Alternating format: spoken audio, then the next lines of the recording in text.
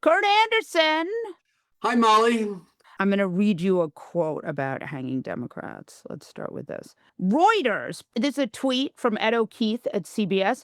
Per Reuters, all caps. Trump does not want to execute members of Congress, comma, White House says. Discuss. Well, and in their walkbacks, such as they were from Miss Levitt on, it's always been no, but which is to say, they were basically traitors and horrible and this is awful. First of all, So this comes from Donald Trump retweeting tweets that said he wanted to right? Is this right. from a retweet or is this from an Well, it's actual? both. He said they were seditious and treasonous. Right. These senators and Congress people got together all Oh, of whom were military veterans. Some of who them made a video? military veterans, saying, we're just reminding everybody in the service, and they are all trained on this from, not just officers but enlisted people, that there are such a thing as illegal orders, and you are obliged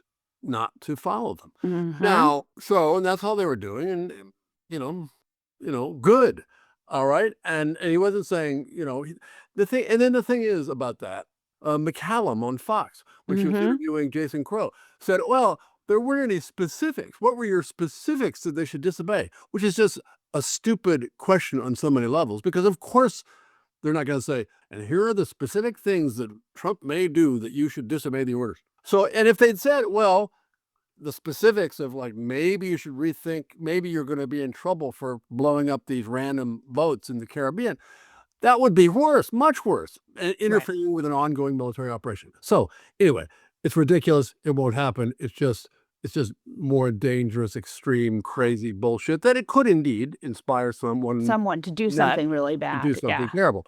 It is one more thing that we are supposed to jump at and go, "Oh my God." And of course, in this case, because it is in the realm of, to me, his most horrific and frightening instincts, which, we must take literally as well as seriously, which is this militarization of American life and American politics and American governance and American everything else. He is serious about that, obviously. And so this particular thing isn't going to happen anytime soon, but it shouldn't, by itself, should not have a long life as a thing we talk about. I want to direct you, though, to the idea here, which is that members of Congress who served in the military did this video saying, don't do illegal stuff. You're not supposed to, which seems like an obvious kind of thing, but is very necessary when Trump is operating the federal government. And Donald Trump says it's sedition. The answer to sedition would be not now, but it used to be that was a crime punishable by some kind of military execution. And Trump is saying this because he's angry. Now, I wonder if you could talk about the world in which a person like this comes from, because you have covered this world ad nauseum, especially during the time that Donald Trump was becoming Donald Trump. It feels like something from someone who has studied at the foot of a guy called Roy Cohn. Absolutely. And I was thinking of somebody else connected, or at least a contemporary Roy Cohn, when I was thinking about Trump and this stuff today. Which is who? That will get into our whole Okay. other conversation that I think you want me to wait on, Molly. But be scary was really effectively part of the Roy Cohn advice, along with deny, and attack, and all those things. But be as scary as you can.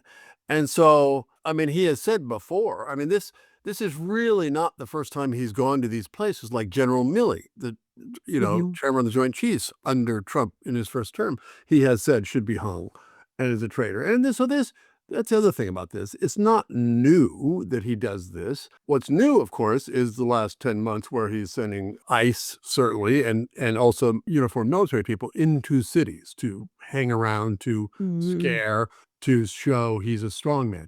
So I barely want to get into the political ramifications of him doing this, which is to say, won't this drive some people to think, like, he is nuts? We've got to get rid of him. Maybe, but we'll see. I don't know. But it is, as you say, it's purely his angry thing. He saw this video. It's a well-made, serious ad short and to the point, doesn't mention him, doesn't mention this administration, doesn't mention any specific things that this administration has done in terms of sending military into cities or blowing up random boats that are ostensibly drug traffickers' boats. But it goes without saying. So, and that he understood where it was coming from, and I'm sure he understood how potent it is, how effective it is, and how these national security CIA veteran people, from Alyssa Slotkin to Mark Kelly and Jason Crow and all the rest, are really effective, non-weak, non-left-wing Democratic lunatics in any sense speakers. So he felt it, and good. I'm glad he did, because it's a good thing. And again, it was whoever came up with this idea, to me, among those Democrats, was brilliant, brilliantly conceived and brilliantly done. So let's talk about the origin story of Trumpism for a minute, because we find our man in, obsessed with cats, obsessed with Phantom of the Opera, obsessed with the world in which he comes. Oh, interesting choices, which is, and I don't want to get into any kind of homophobia on this, but it is the origin story is important. And indeed, this kind of strongman view of I am king, Right. which, back in the day in Spy Magazine, we used to make fun of him for imagining a kind of kingly superhero, among other things. And I think of his origins and coming of age in the 1960s and 70s and 80s, and I think of the dictators of the time, the people who actually did do these, send in and execute people and shoot down protesters and all those things. I think of their aesthetic, because of what he's done in these last weeks and months of tearing down the East Wing and putting up these gold doodads all over the Oval Office, and now putting up gold doodads in his new presidential Hall of Fame on the West Wing colonnade, which is insane on many levels, but Insane. in addition to its self-glorification, this shiny golden metal sign and the shiny golden doodads around the portraits of presidents. And by the way, why do you A, need it, B, need to call it a Hall of Fame? Well, presidents are all famous. I could go on, but it is so typical of these kinds of Middle Eastern, Southwest Asian, worldwide, the dictators who build giant palaces to themselves, right? Yeah. The aesthetic of this super gold, rococo, shiny golden thing is his aesthetic. Look, from the beginning, 80s is when we started Spy Magazine, right? Apologies for ranting, but it's you're triggering me into recovered memories. But he finishes Trump Tower, 84, moves into his incredibly lavishly golden, cheesy, vulgar triplex, which is one of the sources, or the main sources, of what we started calling him again and again and again and again back in Spy Magazine, which is short-fingered, vulgarian Donald Trump, right? It is this 80s rich guy of a certain kind, of a certain, it's not just Long Island, but, Long Island, Queens kind. He buys Mar-a-Lago in 1985 and starts, tarting it up more.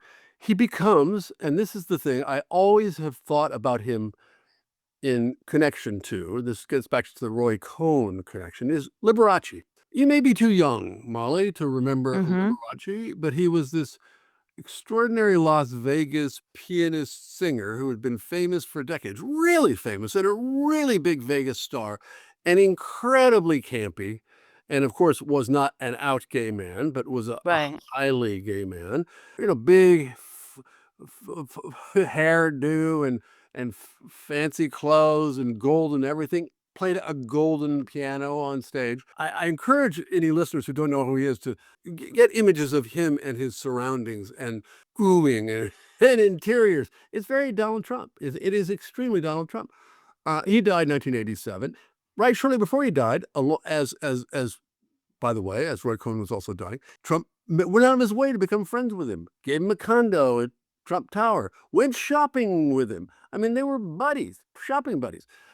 And, and again, not just to say, oh, he's vulgar. Well, he is, but it also has struck me all along and in the Trump presidencies is part of his authentic seeming connection to a large part of his voter base is this. I know it's elite of me, but I know where you're going. It's Go his for one it. bit of authentic populism. This Yeah. cheesy taste, right? So anyway, back to strongmen and their aesthetic. I think of the Golden Palace dictators who are what happens to them then? Oh, they're deposed and their regimes Right. collapse. And But I'm gonna prevent you from going there, and Okay. we're gonna just talk about for a minute what the sort of mentality is. So we have a 79-year-old Donald Trump. He comes from Roy Cohn. He comes from a world of when they attack you, you punch back twice as hard. Because you're a gangster. Right, because you're a gangster. So I wonder, clearly this is not working on a broader scale. We see this in America, right? They just got creamed in the 2025 cycle. We see, people like Marjorie Taylor Greene going like, maybe this is not what I signed up for. Like, this strikes me as the sort of third act of this play. So I wonder if you could inform us with some of the things that happened in the first act that you think might in some way shed a light on how this goes. I mean, my man is 79. It's been a long, the last 40 plus years have been rough for all Right. of us. Well, in the first act, I mean, he was who he is then in terms of Yeah. the bully, the lies, the gaudiness, the exaggerations beyond anything imaginable. All that in his first act ended with his bankruptcies and being close to personal bankruptcy, but certainly being, bankrupting several of his casino businesses. So it ended with that, and he was kind of out of the picture, except as a guy who would attach his name to, you know, apartment complexes around the country until he got his TV show, which was, of course, The Apprentice, which was his second act. So he went down, and he really went down, and in a more in an easily alternate timeline, he would have disappeared in the 90s and aughts, and he was whatever happened to Donald Trump would be a thing said in this century. It worked out differently because of reality TV, which is So do you think in a larger sense, one of the horrors of our age.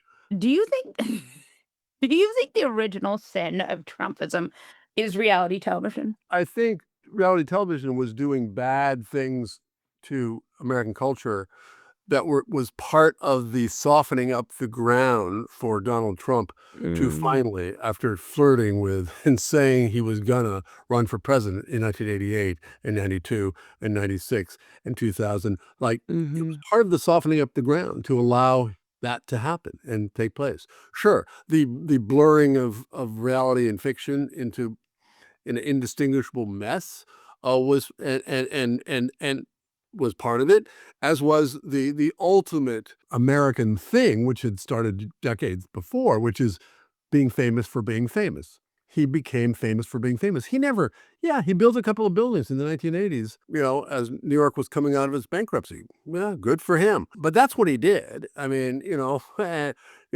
starting with, and he did it for nothing. Well, virtually nothing, $400 million back then, which was a lot of money. Yeah, but reality TV is, made him what he is today.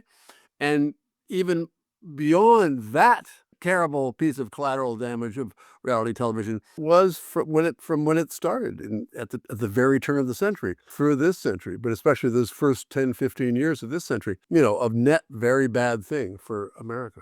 I had no problems with, say, The Bachelorette, but Right. in a larger sense, Yeah. reality TV is no good. Yeah. It's true. But That is true. but I before you let me go, I have to give you my full reverie on the strongman and what happens to them. And if this is the third act, and what I hope will happen, what I believe will happen, is he will leave office and be more of an angry lame duck as the 3 years go on. God knows what he will do in the meantime as he acts out and slips into whatever mental neurological abyss he has always been on the precipice of. But he will be out. However, there are many worst case scenarios. about how this might and could all end. And again, I don't hope that it ends in any way but the normal constitutional lawful way. But I think just in terms of I don't know, almost fictional, novelistic, poetic parallel about these other strongmen with their palaces, and Saddam Hussein when fell, and we had weeks of looking at these golden palaces, and Gaddafi after him, and Assad a year ago, almost now. We're almost at the anniversary of Assad being driven from his palaces by his army failing to protect him and his government regime collapsing. Kurt Andersen, thank you, thank you, thank you, thank you.